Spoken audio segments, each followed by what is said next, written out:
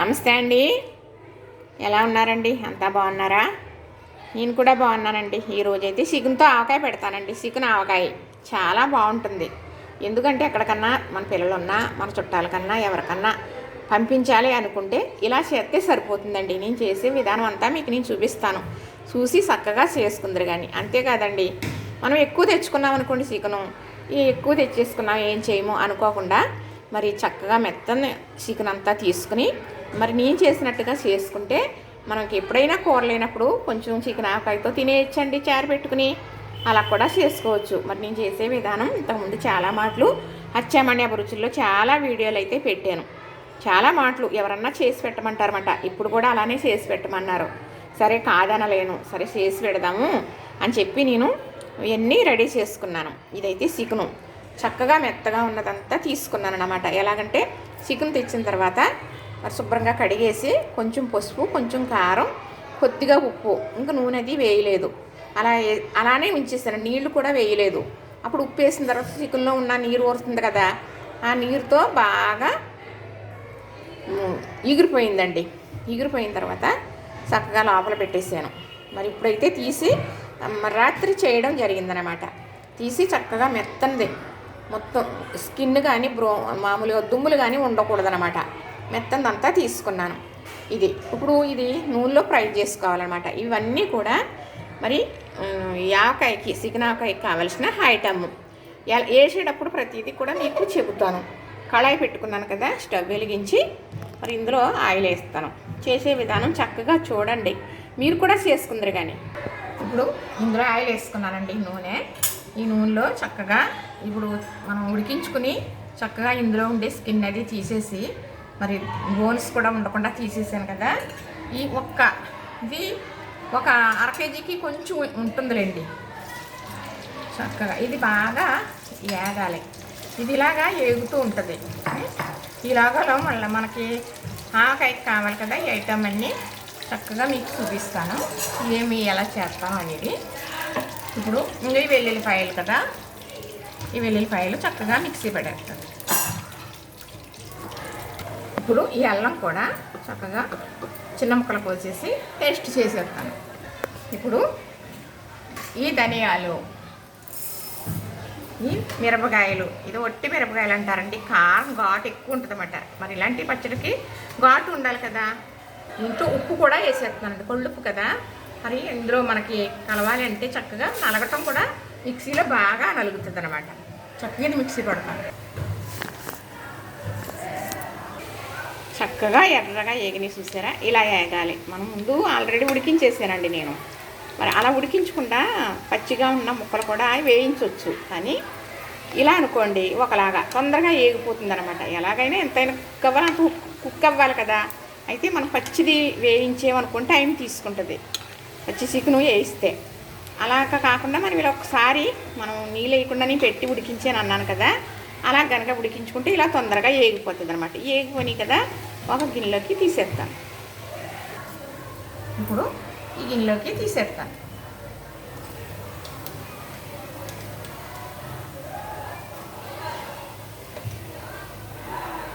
అర కేజీకి కొంచెం ఒక 100 గ్రాములు ఎక్కువ ఉంటుందిలేండి. అన్నీ నేను లెక్క ప్రకారంగా వేసేసుకుంటాను, కొలతలు అనేది కాదు. కానీ అంటే మనం ఎప్పుడు కూడా చికెను దుమ్ములు లేకుండా, అదేనండి బోన్స్ లేకుండా, తర్వాత స్కిన్ను తోలు లేకుండా కూడా తీసేసుకోవాలి. అప్పుడు మనకి చక్కగా ఇది నిలవ ఉంటుంది అన్నమాట. ఎక్కువ రోజులు నిలవ ఉంటుంది. ఇలా చేస్తే ఒక 6 మాసాలైనా అలానే ఉంటుంది. కానీ 6 మాసాలు ఉంచుకోం కదా, అయిపోతుంది కదా. ఇప్పుడు మనం పెట్టిన నూనె చక్కగా ఆవకాయకి సరిపోతుందండి. ఇప్పుడు ఇది అల్లం పేస్ట్ వేస్తున్నాను ఇందులో. ఇది పచ్చి అల్లం కదా, మరి ఈ అల్లం వేగాలి బాగా. ఇలా ఇది తేలుతుంది అన్నమాట. ఇది తేలితే చక్కగా మనకి వేగినట్టు.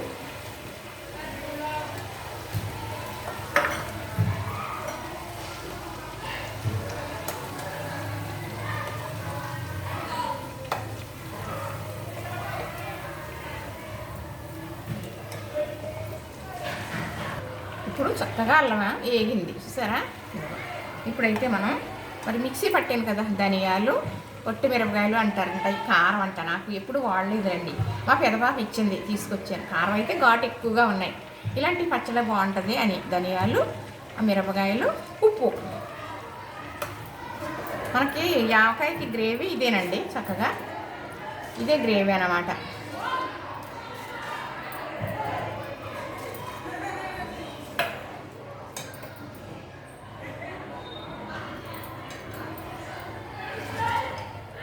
ఇది మరి ధనియాలు పచ్చివే, మిరపకాయలు పచ్చివే కదా, చక్కగా ఇది వేగాలి.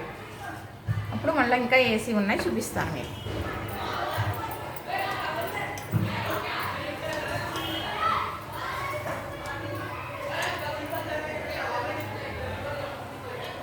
ఇప్పుడు ఇందులో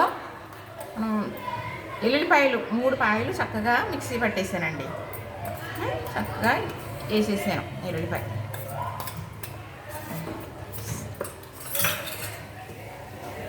ఇది కూడా అలానే చక్కగా వేగాలి. మరి అల్లం వెల్లుల్లి కదా చికెన్కి, మరి ఒక రుచికైనా స్మెల్లో మంచి రావడానికన్నా, మరి బాగా కుక్ అవ్వడానికన్నా మరి చక్కగా అల్లం వెల్లుల్లి కదా పెడతాం.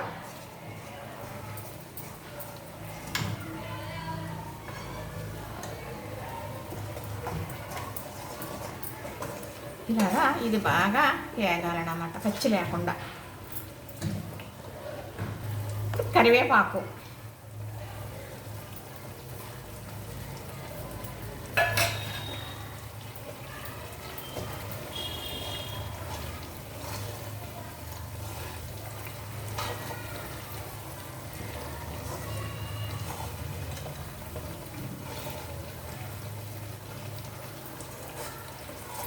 చికెన్ వేపుకున్నాం కదా, ఆ నూనె సరిపోతుందండి.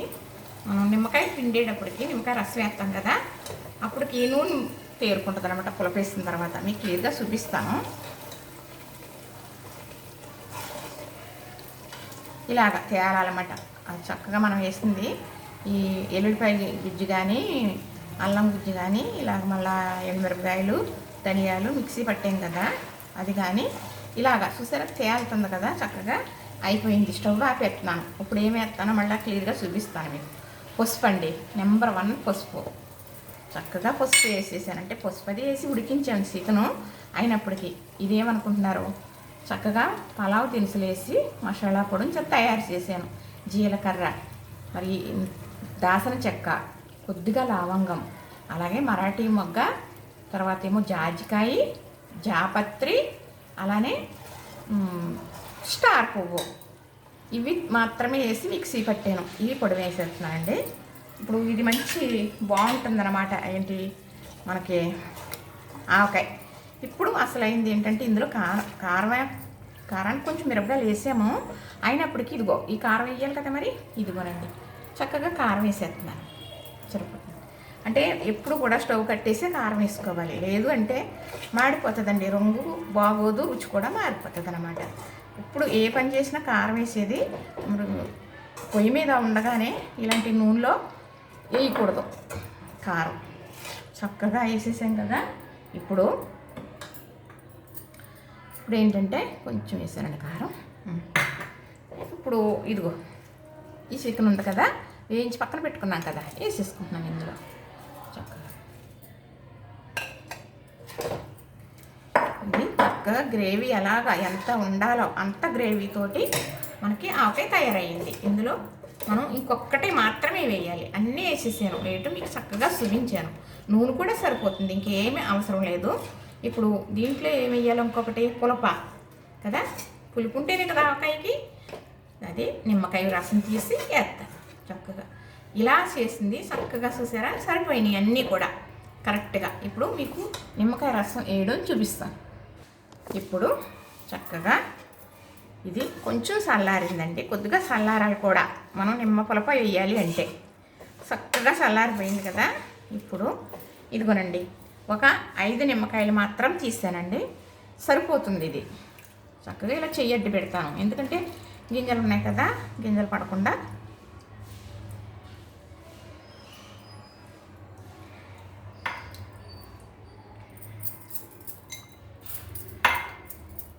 చక్కగా.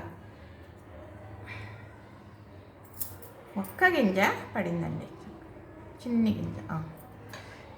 ఇప్పుడు ఇది కలిపేయడమే. చక్కగా కలిపేసామనుకోండి, పులపుల ఆక్కుంటుంది కదా. మనకు ఒకవేళ ఉప్పు తక్కువ అయినప్పటికి కూడా ఇప్పుడు వేసేసుకోవచ్చు. పులుపు వేసాం కదా, కరిగిపోతుంది అనమాట. ఇంతేనండి, చికెన్ ఆవకాయ రెడీ. చూసారా, చక్కగా ఇలా పెట్టుకున్నారనుకోండి, మరి ఎంత బాగుందో కదా. ఇలాగా కొంచెం ఒక ముక్కతో వేసుకున్నారంటే అన్నం అంతా తినేయచ్చండి. ఇంత కష్టపడితే అంత రుచిగా ఉంటుంది అని చెబుతున్నాను. ఇప్పుడు ఇది చల్లారిన తర్వాత సీసాలో పెట్టుకుందాం. అప్పుడు మరి ఎవరో చేయమన్నారు కదా, వారికి ఇచ్చేద్దాం. సరేనా? చూసారా, మరి ఇలా చేసుకుంటారా? ఇలా చేసుకోండి. ఎక్కువ తెచ్చుకున్నప్పుడైనా చేసుకోండి, కావాలని కూడా చేసుకోండి. ఎందుకంటే చాలామంది కూర బాగోకపోతే అన్నం అయ్యి సరిగ్గా తినరు.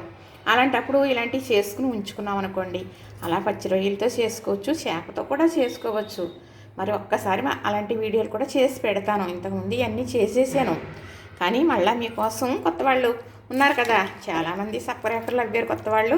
మరి వారందరికీ కావాలి కదా, చూడాలి కదా, అంతకు మళ్ళా చేసి పెడుతున్నాను. ఎవరన్నా చేయమన్నప్పుడన్నా చేస్తాను. మీకు చూపించడం కోసం ప్రత్యేకంగా కష్టపడి చేసి పెట్టిన రోజులన్నీ చాలా రోజులండి. చూసారు కదా, అయిపోయిందండి. నచ్చిందని అనుకుంటున్నాను. చికెన్ ఆవకాయ చేసే విధానం క్లియర్గా అర్థమైందని అనుకుంటున్నాను. మరి చూసి ఈ ఆవకాయకి చాలా కామెంట్లు పెట్టేయాలి మీరు. మరి దానికోసం ఎదురు చూస్తూ ఉంటాను. సరేనా? లైక్ చేయండి, షేర్ చేయండి, సబ్స్క్రైబ్ చేయండి.